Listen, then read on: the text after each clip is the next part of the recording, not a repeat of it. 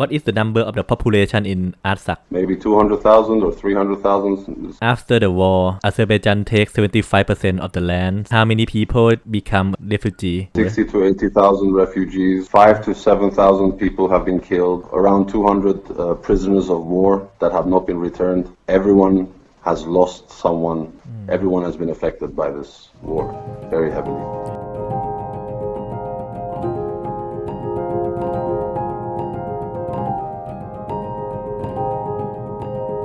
การสัมภาษณ์ที่เราจะได้สัมภาษณ์ต่อไปนี้เนี่ยมันเป็นการสัมภาษณ์ของคนที่อยู่ในคนละโลกกับเราโลกที่เขาอยู่เนี่ยเป็นโลกที่ไม่มีบรรทัดฐานของคำว่าสิทธิเสรีภาพอิสรภาพหรือว่าความเท่าเทียมกันในสังคมมีคนกลุ่มน้อยมากๆนะฮะหลายเผ่าในโลกนี้เช่นพวกโรฮิงญาพวกอาร์เมเนียนี่ก็ใช่ที่เราสัมภาษณ์พวกทมิฬพวกเคิร์ดพวกนี้เป็นชนกลุ่มน้อยหมดในโลกที่เขาอยู่นั่นนะมันเป็นโลกที่มันมีคนตัวใหญ่บางคนที่พร้อมที่จะทำลายล้างพวกเขานะพร้อมที่จะฆ่าพวกเขาทิ้งให้หมดเลยแล้วก็ somehow เนี่ยเชื่อว่าการกระทำนั้นน่ะเป็นความดี Please tell me about yourself. Who are you and what was your occupation before the war? Okay, first of all, Sawadee Krab. Sawadee Krab. Hello, Kumpap, and to all your listeners. My name is Karen.I'm from Cyprus, and I had the good fortune, the luck to live in Thailand for the last 5 years before I came here. I was an English teacher in different schools, but mostly in Thai government schools. Before that, I was a journalist in Cyprus. I'm educated in political science from UK universities, and for the last 4 or 5 months now,I have been in Armenia and more specifically in Artsakh, Nagorno-Karabakh. You were in Thailand, right? Why did you decide to leave Thailand? I was very happy in Thailand. I really love Thailand and Thai people. But when the war started, you're watching your own people get blown up by drones, by missiles, and I knew that I couldn't just sit in Thailand and have a good time or work and live there.And while my people were being destroyed. So I quickly decided to leave Thailand and go to Cyprus and coordinate with other Armenians to send humanitarian help to Artsakh. You are Armenian, right? But you born in Cyprus. Could you explain briefly why there are Armenian community in Cyprus and around the world? Modern day Turkey as you see it now on the map,is historical Armenian and Greek and many different other races used to live there. So when the Ottoman Empire took control, let's say, there were still millions of Armenians and Greeks and different nations living there. But in 1915, there was the Armenian Genocide when the Turks tried to exterminate the Armenian people in the empire. My family, including many others, had to escape from Turkey.And many settled in Lebanon, in Syria, in Greece, in Cyprus, France, all around the world. So there's a big Armenian diaspora, we call it, around the world because of the genocide of 1915. After you go out of Thailand and you reach Armenia, what did you found in Armenia at that time? And when did that happen? I arrived in Armenia.On December 3rd, 2.5 weeks after the war. The war never reached Yerevan, the capital. So the people there were kind of too relaxed, I think. Life was kind of normal, the cafes, everything was working. When you come south and you go into Artsakh, you see a very different picture. First, you go through many military checkpoints, you go through Russian checkpoints, Armenian checkpoints. You see destroyed tanks, you see blown up buildings.Signs of damage from missiles and rockets everywhere. So it's a very different picture in Artsakh, and the signs of war are everywhere. They lost their brothers, their fathers. A lot of destruction happened in Artsakh, so the mood in Artsakh is a lot more sad, there's a lot of mourning. They are still finding bodies of Armenian soldiers, and they are trying to identify them because they have been.burned or damaged so much that they don't know who it is. So a lot of DNA testing and families slowly finding out that their son has been killed in battle.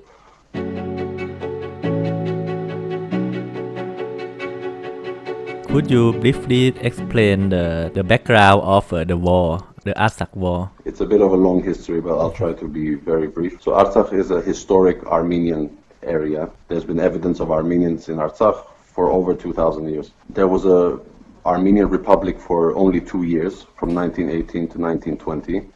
And in 1920, Armenia was being invaded by Turkey and by the Russians from the north, from the Soviet Union. And Armenia had the choice to make, to get destroyed by Turkey or to join the Soviet Union.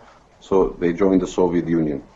And when they joined the Soviet Union, Nagorno-Karabakh, or Artsakh as we call it, was a disputed area because Azerbaijan was also claiming Nagorno-Karabakh. But in 1921, Joseph Stalin, he decided illegally to transfer the region of Nagorno-Karabakh from Soviet Armenia to Soviet Azerbaijan. So this is the root of the conflict. The fact that this Armenian region with majority Armenians living in it was transferred under Azerbaijani rule, but it was an autonomous area. So in 1988, the legislative body of Artsakh, of Nagorno-Karabakh, decides that they want to join with Armenia. Azerbaijan starts a violent pogrom, they call it, where many Armenians were killed in Baku, the capital of Azerbaijan, and different cities of Azerbaijan. There were like pogroms, riots against the Armenians. Many people were killed, many people were kicked out of their homes. And in 1991, the people of Nagorno-Karabakh, the Armenians, they held a referendum. So they voted to become independent, okay, from Azerbaijan. And 99% of the population of Karabakh, mostly the Armenians, voted to become independent of Azerbaijan. And that's when the first war started. That's when Azerbaijan sent in the military. The Armenians formed militias, guerrillas, to fight back. A long war from 1990 to 94 happened. And that's when the Armenians liberated Artsakh, plus a few other regions as a security corridor. That's the Karvajar region, as they call it. So this is the background of the war, right? So this is the background to the first war. To the first war. From 94 until now, the Armenians were holding on to these areas. So the region of Artsakh, plus these two other regions that are also historically Armenian, but technically not part of Nagorno-Karabakh. That was during the Soviet Union. So Azerbaijan has always said that they want to take back Nagorno-Karabakh. They have always threatened war, and this year, or in 2020, let's say, it's been a few months now, they attacked and they took back 75% of Nagorno-Karabakh. The refugee of the Artsakh, they migrate to the 25% that was left after the war, right? Some people have moved to Yerevan and regions in different regions of Armenia, and others have resettled around Artsakh.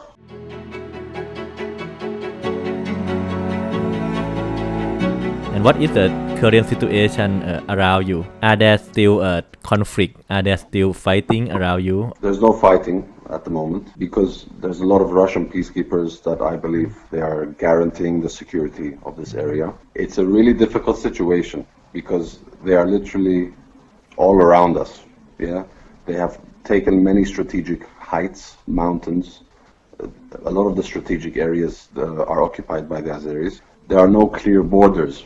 Yeah, so some people, they accidentally go into the wrong area and the Azeris take them, arrest them, kidnap them, whatever you want to call it. The Armenians, they try to call the Russians quickly to come and mediate their release, and the Russians try to help bring them back. Are there any Armenians still live in the occupied area? I'm not sure. I know, like, when the war finished, some videos came out by Azeris uploading on Telegram that showed like an old man who refused to leave his house, and there's a video of the Azeris cutting his head off. Oh. There's been some executions that you see on video. I met this old man. He didn't leave his house when the Azeris came. Okay, his son went to the village to try and save his father. He saw that they were beating his father. They took him, they arrested him, and they took both of them to Baku, to the capital of Azerbaijan. They hung him upside down from his feet, and they beat him, they crushed his hand, they cut his hand open, they did a lot of horrible things to him. There's pictures of his son that they had mutilated him and in the end executed him. So he died in captivity, but they released the old man after 3 months. This is what's crazy about this new age with social media and everything.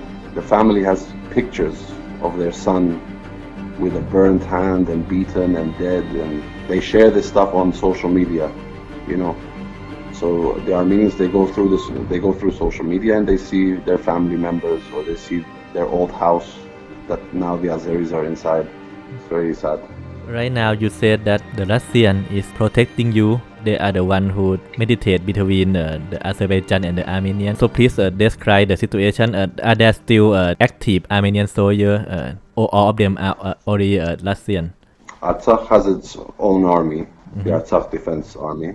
They are still, protecting the border. Now the border is a lot bigger, and the army is a lot smaller. So it's almost impossible to protect all the borders. Russia has monitoring stations many places, and they have their own forces here.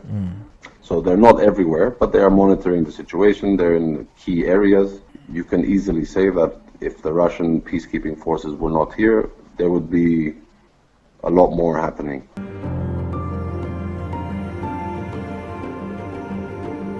Can you predict some future of this situation? What is the best case scenario that we can have, or what is the worst case scenario? Right now, it looks really bad. Okay, I don't know how I can be optimistic, let's say. Turkey helped Azerbaijan a lot in this conflict. They gave them the drones, they trained the Azeri soldiers. So they want a road through Armenia to connect Azerbaijan with this area, Nakhichevan, which is also connected to Turkey.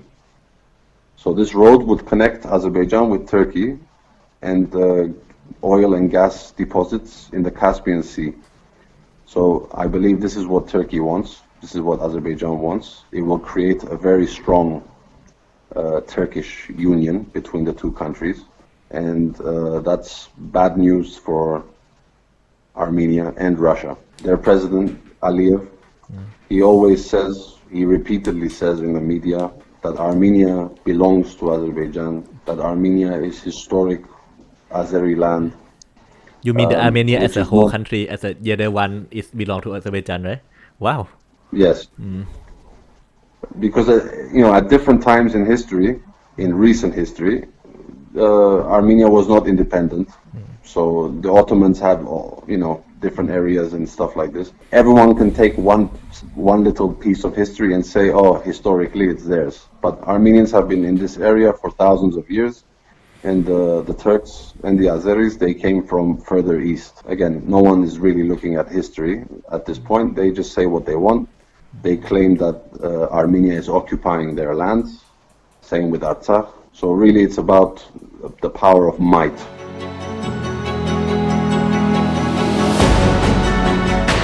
Do you think that Russia and Iran may intervene more than this? Geopolitically, they should do something about it. I don't imagine that Russia wants Turkey, which is a NATO member and an ally of the US. I imagine Russia would not want them to be dominating this region. Also, the gas from Azerbaijan that is reaching Europe through Turkey, it goes against Russia's monopoly of gas to Europe. I would imagine that the Russians don't want that, but they didn't do much to stop Armenia from losing this war, although they are Armenia's ally in some ways. It's hard to say, really. First of all, they signed a deal where Armenia had to give some lands to Azerbaijan, but they did not settle the political status of Artsakh. So they didn't say, okay, we signed this and Artsakh is now an independent, recognized state. It's still in limbo. It's still uncertain. So right now, the people who live here, they live with this uncertainty about the future because no one knows if they will attack again to take the rest of what's left of Artsakh. There's no guarantee. And also the Russian peacekeepers, the deal was that they stay for 5 years. What happens when they leave? Do we have another war in 5 years? No one knows.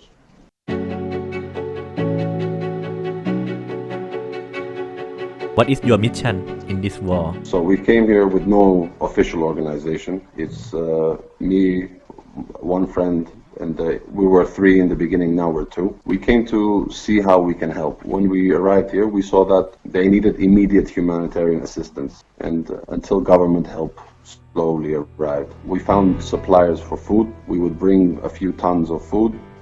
With our volunteers here, we would package everything into smaller, into family-sized boxes. So we had 1 box of nutrition, like rice, lentils, pasta, some jams, condensed milk, some beef in a can, many different foods, and 1 box of hygiene, like shampoo, toothbrushes, toilet paper, different things like dishwashing liquid. We went ourselves and gave them these packages until the government also starts giving out help and things like this. I'm happy to say that we reached over 4,000 people with our food packages. Now the government is providing more assistance than before, so things have calmed down a little bit.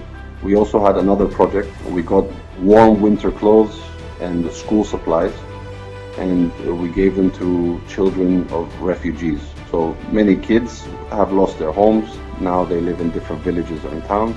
They're starting in a new school, new place, just to cheer them up a little bit, make it a bit easier for the family, give them a full set of everything that they need, coloring books, coloring pens, notebooks, some chocolate, just to give them some hope, So what is the name of the organization that you established, right? So we call ourselves Artsakh Support Body. How have you find your funding? You know that you may start from your own funding, but after that? From the beginning, we have had no sponsors or anything like that. It's mostly individuals, friends, people who know us. Many of them are not Armenian. We also raise some money from our GoFundMe page on Facebook. You can find it on the Artsakh Support Body Facebook page. What is your goal and what is the biggest problem that prevent you from reaching that? The next phase that we want to be involved in is to help this place become self-sustainable again. One of them is we are buying baby chicks, a large number of them, so that they can have their daily supply of eggs, and when the chicken is older they can eat the meat, and basically to feed themselves and maybe even make some money. These difficult villages that are on the border, and they don't have many ways of generating income because they lost a lot of their land. The enemy, the Azeris, they are 500 meters away, 200 meters away. They're very close. For these people, it's very difficult to sustain themselves and generate an income when you don't have anywhere to work. Another one is we want to set up greenhouses because the weather here is very cold, so that they can have hotter temperatures and grow for longer periods of time throughout the year. Now Azerbaijan controls some of the main water sources. They redirect the water away from Armenians. Unstable electricity here, there's very little water and not much land to work with. So the situation is a lot more difficult than before. So what we want to do, we want to improve the systems for saving water, like maybe build some reservoirs, small scale, some water tanks, water retention from the snow and the rain, and also improve their farming methods to reflect the new reality of Artsakh. If you can tell the people in the world, how can they help you? There's many charities that work in Artsakh that you can contact and offer your services or offer financial support to. They can find us on our Facebook page, Artsakh Support Body. They can increase awareness about what's going on here in Artsakh. We need like specialists. You know, if you're good at agriculture, you can get in touch. If you're good with different sciences, you can get in touch and really improve this place. You know, this place needs specialists. It needs material support. It needs financial support. It needs a lot of things at this moment because it's a very difficult time.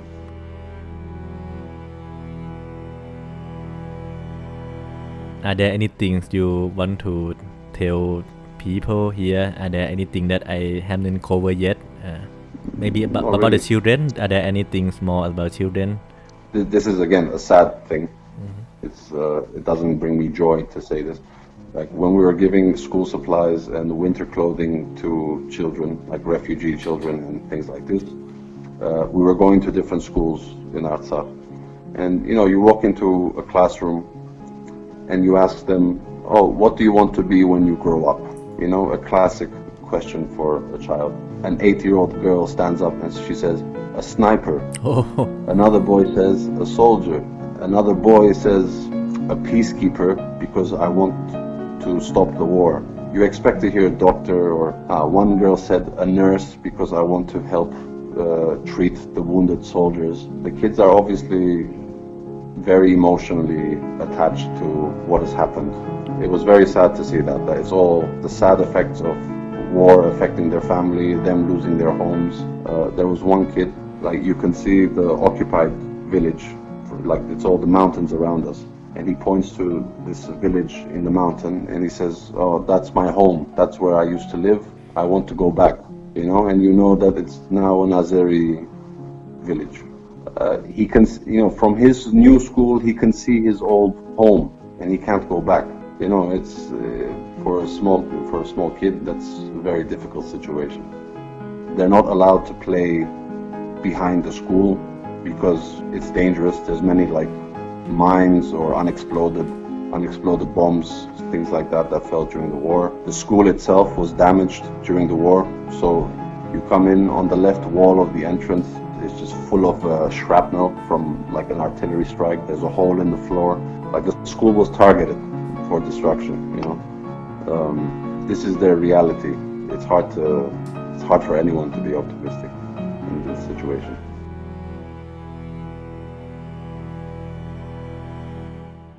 Do you have any message for Thai people? Pinong Tirak, be proud of the beautiful country that you have. I know not everything is great in Thailand. You have your own problems, but I think overall you are very lucky as a nation. It's a beautiful place, beautiful people. I don't know, love each other, stay away from war. Do your best to make Thailand what it is, like a beautiful place, keep it beautiful. Improve it in whatever way you can, but definitely love each other, no conflict. You should want what's best for each other. You should be happy if someone else is happy. Thailand is a great place. Thank Keep you. เวลาเรามีลูกนะฮะเวลาที่เราแบบเห็นเด็กๆเนี่ยเราก็อยากจะให้เขาโตขึ้นมาเป็นสิ่งดีๆอยากจะให้เขามีชีวิตที่ดีมีชีวิตที่มีเสรีภาพมีชีวิตที่อบอุ่นมีครอบครัวที่ดีในบางที่ของโลกเนี่ยสิ่งเหล่านั้นเนี่ยมันช่างยากเหลือเกินที่จะเกิดขึ้นได้ความคิดของเขาอ่ะมันไม่ได้อยู่ที่เขาจะต้องเลือกว่าจะเป็นหมอเป็นพยาบาลเป็นวิศวะเป็นศิลปินความคิดของเขาคือฉันต้องแข็งแรงเพื่อให้ฉันรอดดังนั้นในที่สุดแล้วในยามที่มนุษย์ของเราเนี่ยตกอยู่ในสภาพของความเกลียดชังตกอยู่ในสภาพของความคับแค้นที่อยากจะเข็นฆ่ากันเนี่ยมนุษย์ของเราก็จะค่อยๆกลายเป็นเหมือนสัตว์มากขึ้นเรื่อยๆพวกเราจะค่อยๆกลับไปใช้กฎเดิมที่เป็นพื้นฐานของพวกเราก็คือกฎของกำลังกฎของสัตว์ใหญ่ที่จะกินสัตว์เล็กแล้วนี่ก็คือเป็นอีกโลกหนึ่งที่อยู่อีกฝั่งหนึ่งแต่ว่าเอาจริงๆแล้วคุณคิดว่ามันห่างไกลตัวคุณขนาดนั้นจริงๆหรือเปล่า